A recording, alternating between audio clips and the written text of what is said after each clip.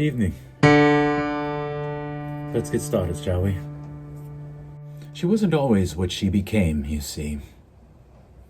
She was once a wild flower that, although blossomed in the moonlight, was also a beacon for any lost soul who happened to be traveling in the dark. All the ladies disregarded her, sheerly out of jealousy. It was pathetically obvious in the smugness of their facial expressions as she walked into the room or the local markets.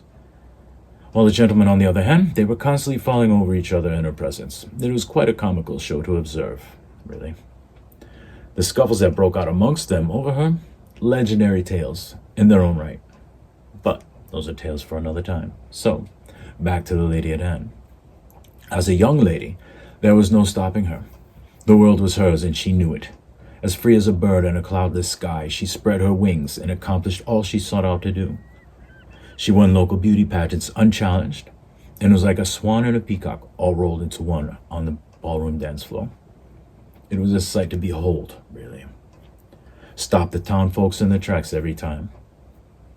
She was also a winner of local literary awards, as she was the town's chronicler and had the gift to turn what would be the most mundane story if told by anyone else into an epic and exciting film composed and portrayed by only words. Her words, that bounced off the white of the page and became vibrant visuals in the mind of the reader. There was no trickery of light here, I can assure you. It was simply the raw talent she possessed for conveying a story. In a land of no kings and queens, she was a princess. She was loved by all, even by those who were jealous of her. However, all of this was about to take a turn, if you will, as the next chapter in her life was soon to begin.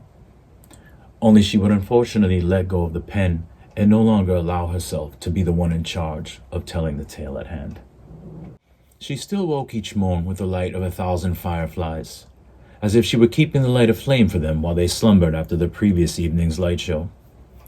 This light was passed on to the family she now shared her time with through sheer dedication and unrepentant love.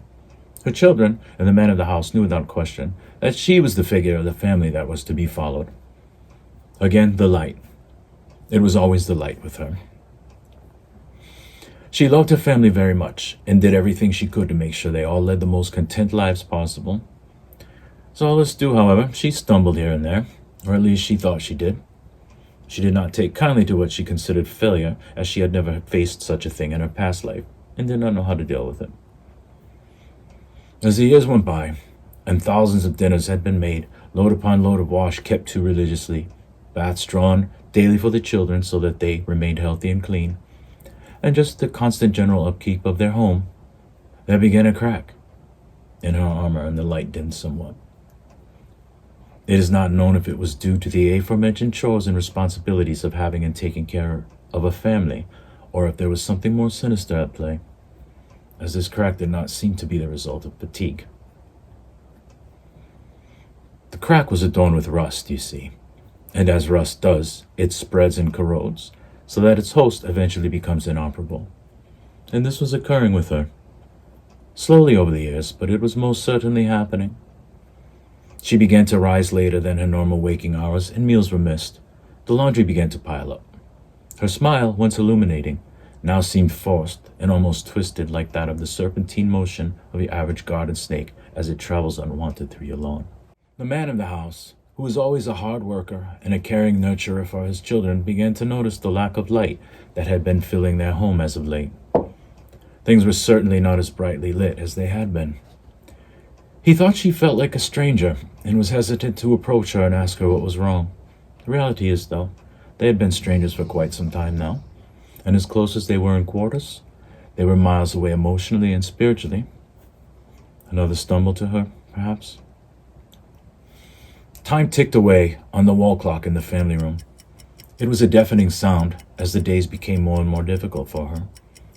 Although surrounded by family, she was alone, and all she had accomplished and who she was in her earlier years, which should have been looked back upon fondly and proudly, now hurt for her to even recall. You see, these accomplishments now felt like failures to her, as they never grew into anything tangible. She thought them a waste, as they offered nothing for her presently. She was losing sight that life is simply a collection of experiences that make one who they are as the journey continues onward. She knew this, and she didn't care, because that brightly lit, lovely young lady, existed no longer in her mind. The crack in the armor was now as large as her eyes grew darker. The tears that flowed from these dark holes in her head even appeared to have an ugly orange tint, like rust, one might say. The serpentine smile, now something her family would have gladly accepted, was now a constant scowl so deep that it appeared to be sliding down her face and over her chin. All of this took its toll on everyone around her. Like a small plague, contained to only their home, it spread, and it spread like wildfire. The strange man that had laid by her side for what felt like an eternity grew into a hideous monster in her mind. She couldn't even make herself look at him in the eye. Of course, in reality, he was not a monster. But when things reach this point of unhappiness and discontent and you feel there is no escape, your mind has a way of becoming your worst enemy. Your world shrinks, and the suffocation starts to slowly take its hold. The children, now old enough to perform most necessities on their own, began acting out and getting into trouble around town.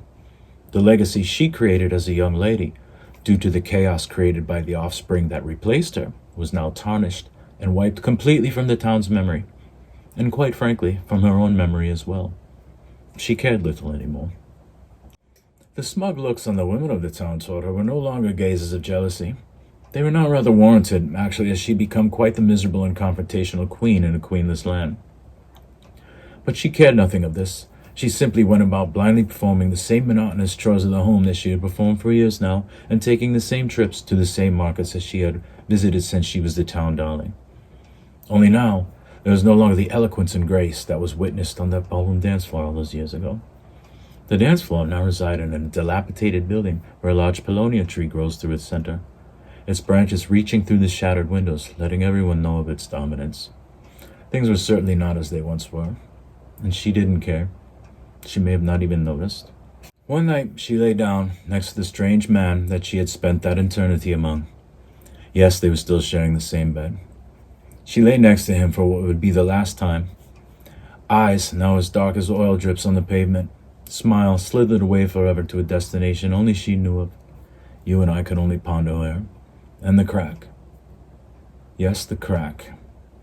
And what used to be that impenetrable armor of light was now covered in what appeared to be the blackest crimson-red blood rather than the orange rust that preceded it.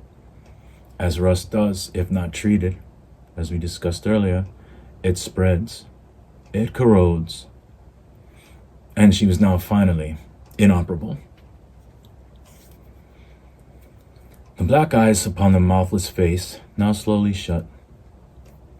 Red tears flowed for a moment, then silence. Good night, wildflower.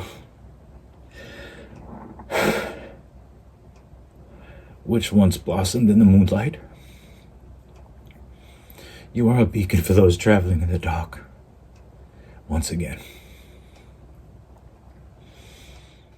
I want to thank you for listening to my story. If there is any lesson to be learned here, I shall let you, the reader or the listener, determine what that lesson may be. If you find you cannot, then perhaps I have failed in my mission of sharing this cautionary tale. If that is the case, I do apologize for this shortcoming. However, I will still see it as a positive experience, as it will be a way to better myself and become a stronger teacher for the future. So, my friends, I will leave you with this.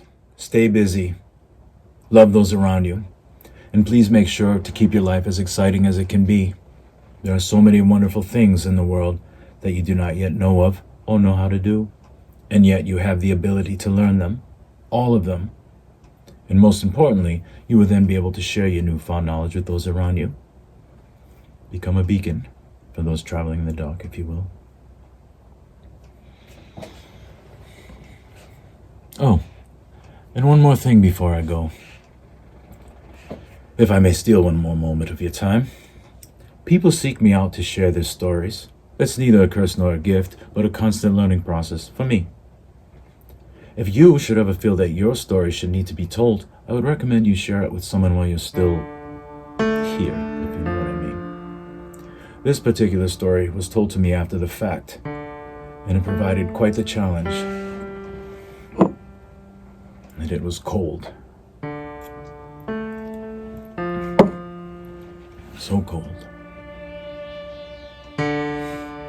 But with that, good night and Godspeed, my friends. Until we meet again.